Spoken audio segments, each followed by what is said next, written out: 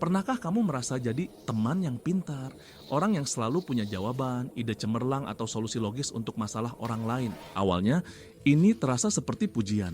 Wow, kamu hebat sekali. Aku tidak akan bisa tanpa kamu.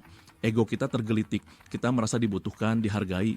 Tapi perlahan kamu mulai merasa ada yang salah. Kamu merasa lelah, seperti baterai yang terus-menerus dikuras tanpa pernah diisi ulang. Teleponmu berdering bukan untuk menanyakan kabarmu, tapi untuk minta pendapat sebentar yang berubah jadi sesi konsultasi gratis selama 1 jam. Selamat, kamu bukan lagi seorang teman, kamu telah menjadi sumber daya intelektual gratis, dan ini bukan kebetulan, ini adalah permainan. Hari ini kita akan membongkar permainan licik yang dimainkan teman untuk memanfaatkan kecerdasanmu, dan yang lebih penting, bagaimana cara untuk berhenti memainkannya. Secara psikologis, ini disebut eksploitasi kognitif.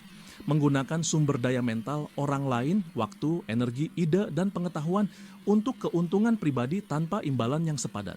Ini bukan tentang teman yang benar-benar butuh bantuan. Ini tentang pola perilaku yang berulang, di mana kamu selalu menjadi pemberi dan mereka selalu menjadi penerima. Mari kita lihat permainan pertama, yang paling umum, perangkap kamu kan jenius. Kalimatnya seperti ini, aduh aku buntu banget sama tugas ini, cuma kamu yang ngerti. Kamu kan jenius soal beginian. Perhatikan kata kuncinya, cuma kamu. Ini menciptakan rasa eksklusivitas dan urgensi. Pujian jenius bukanlah pujian, itu adalah alat. Alat ini dirancang untuk membuka pintu rasa tanggung jawabmu.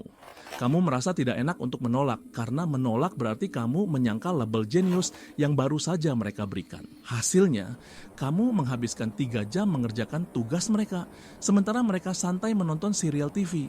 Mereka dapat nilai bagus, kamu dapat lelah. Permainan kedua, pencurian ide berkedok brainstorming. Ini lebih halus, mereka mengundangmu minum kopi. Temenin aku ngobrol dong, lagi mau bikin proyek baru, butuh pencerahan. Kamu karena bersemangat, mulai membagikan ide-ide terbaikmu. Strategi marketing, nama produk, target pasar, kamu merasa seperti sedang membantu teman dalam percakapan yang setara. Tapi perhatikan baik-baik, apakah mereka juga memberikan ide, atau mereka lebih banyak bertanya, mengangguk, dan mencatat. Sebulan kemudian, kamu melihat proyek mereka diluncurkan dengan idemu, namamu tidak disebut sama sekali, kamu hanyalah departemen R&D gratis mereka. Permainan ketiga, debat kusir atas nama advokat setan. Orang ini tidak butuh idemu, mereka butuh hiburan. Mereka tahu kamu suka berpikir dan punya argumen yang kuat.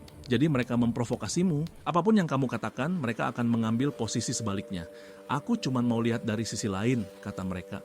Padahal mereka hanya ingin melihatmu bekerja. Kamu sibuk menyusun argumen, mencari data, menjelaskan logika. Energi mentalmu terkuras habis. Mereka terhibur. Bagi mereka ini adalah Netflix, tapi pemeran utamanya adalah otakmu. Setelah perdebatan selesai, tidak ada kesimpulan, tidak ada solusi. Hanya kamu yang lelah dan mereka yang puas. Mereka tidak belajar apa-apa, mereka hanya menang. Dan yang terakhir, permainan paling menguras emosi. Layanan perbaiki hidupku. Tipe teman ini tidak datang dengan masalah pekerjaan. Mereka datang dengan seluruh drama hidup mereka. Hubungan yang rumit, krisis karir, kebingungan eksistensial. Mereka tidak mencari dukungan emosional. Mereka tidak butuh pelukan atau kata-kata, semua akan baik-baik saja. Mereka butuh seorang analis. Menurutmu, aku harus putus atau tidak? Tolong buatkan daftar pro dan kontranya. Aku harus pilih tawaran kerja A atau B? Coba analisis risikonya. Kamu dipaksa menjadi konsultan manajemen untuk kehidupan pribadi mereka. Kamu melakukan semua pekerjaan kognitif dan emosional yang berat, sementara mereka hanya menunggu hasilnya. Mereka tidak mau mengambil tanggung jawab atas keputusan mereka. Dengan membuatmu menganalisis semuanya, mereka bisa menyalahkanmu jika pilihan itu ternyata salah. Jadi mengapa kita jatuh ke dalam perangkap ini? Ada beberapa alasan psikologis. Pertama, kebutuhan untuk merasa berguna. Otak kita menyukai pemecahan masalah. Ketika seseorang datang dengan masalah, kita secara alami ingin menyelesaikannya. Para manipulator tahu ini. Kedua, takut akan konflik. Mengatakan tidak bisa terasa tidak sopan atau egois. Lebih mudah untuk mengatakan ya dan menderita dalam diam daripada menghadapi potensi konfrontasi. Ketiga, sunk cost fallacy. Aku sudah terlalu banyak membantunya. Kalau aku berhenti sekarang, semua usahaku sebelumnya sia-sia. Jadi kamu terus memberi, berharap suatu saat akan ada imbalan. Cukup sudah, waktunya membangun firewall intelektual milikmu. Ini bukan tentang menjadi orang jahat. Ini tentang menghargai asetmu yang paling berharga, pikiranmu. Langkah pertama, akui nilaimu. Pikiranmu, waktumu, dan energimu itu berharga. Mereka bukan prasmanan gratis, ulangi ini, waktuku berharga, energiku terbatas. Langkah kedua, gunakan tombol jeda. Ketika permintaan datang, jangan langsung menjawab ya. Beri dirimu waktu, katakan, oke, menarik, coba aku pikirkan dulu, nanti aku kabari lagi. Jeda ini mematahkan momentum mereka. Ini memberimu ruang untuk menilai apakah ini permintaan yang tulus atau awal dari sebuah permainan. Langkah ketiga, kartu Uno reverse. Alih-alih memberikan jawaban, kembalikan pertanyaan itu kepada mereka. Ini memaksa mereka untuk menggunakan otak mereka sendiri. Contohnya, itu masalah yang rumit. Kamu sendiri sudah kepikiran solusi apa sejauh ini atau ide yang bagus. Apa langkah pertama yang akan kamu ambil untuk mewujudkannya? Seorang teman sejati akan menghargai pertanyaan ini sebagai awal diskusi. Seorang manipulator akan bingung atau kesal karena kamu tidak langsung memberikan jawaban. Langkah keempat, metode menu. Tetapkan batasan yang jelas dengan menawarkan bantuan dalam porsi terbatas. Kamu yang mengontrol seberapa banyak yang kamu berikan.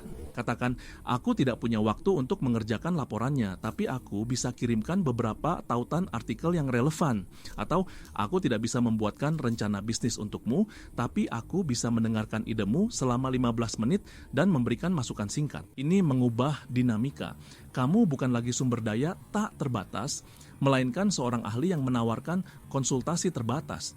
Ini menunjukkan niat baik tanpa membiarkan dirimu dieksploitasi. Pada akhirnya, kecerdasanmu adalah anugerah. Ia seharusnya menjadi alat untuk membangun kehidupanmu sendiri dan untuk membantu orang-orang yang tulus, bukan untuk menjadi bahan bakar gratis bagi ambisi orang lain. Teman sejati tidak akan terus-menerus mengambil tanpa memberi. Mereka akan berkolaborasi, merayakan kecerdasanmu, dan juga menawarkan bahu mereka saat giliran otakmu yang lelah. Jadi, lain kali seseorang datang kepadamu dengan pujian manis dan masalah besar, berhentilah sejenak. Tanyakan pada dirimu sendiri, apakah ini permintaan tolong atau ini sebuah permainan? Jawaban dari pertanyaan itu akan menentukan apakah kamu akan menjadi seorang teman yang dihargai atau sekadar otak yang disewakan secara gratis.